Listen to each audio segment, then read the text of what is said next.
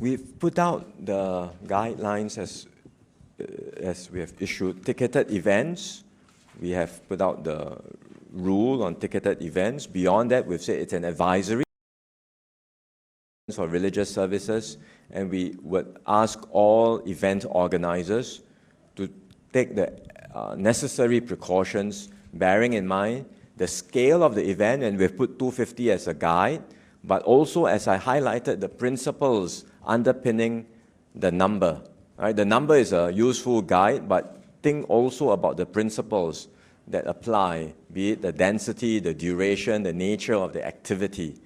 So we would then ask all event organizers, whether it's for rallies or for conferences or for any other thing, right? Just think about these guidelines and then apply them accordingly. And I would expect the organizers of these events at the appropriate juncture will then have to announce and let the public know whether they want to proceed, whether they would like to postpone, and if they would like to proceed, what precautions they are taking.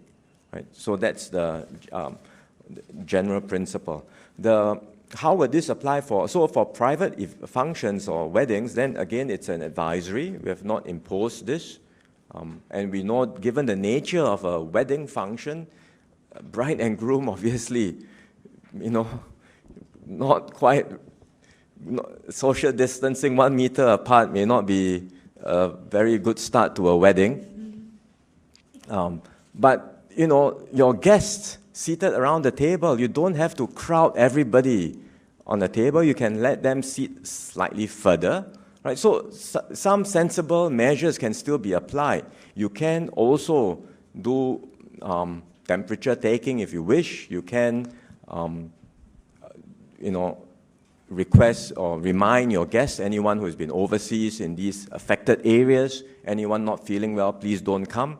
And then obviously in a wedding, you will have the name list so that you can facilitate contact tracing later on if necessary. So there are sensible precautions that private event organizers, if anyone doing a private gathering, be it a wedding, a social gathering, they can take all of these sensible precautions. And that's what we are advising everyone to do.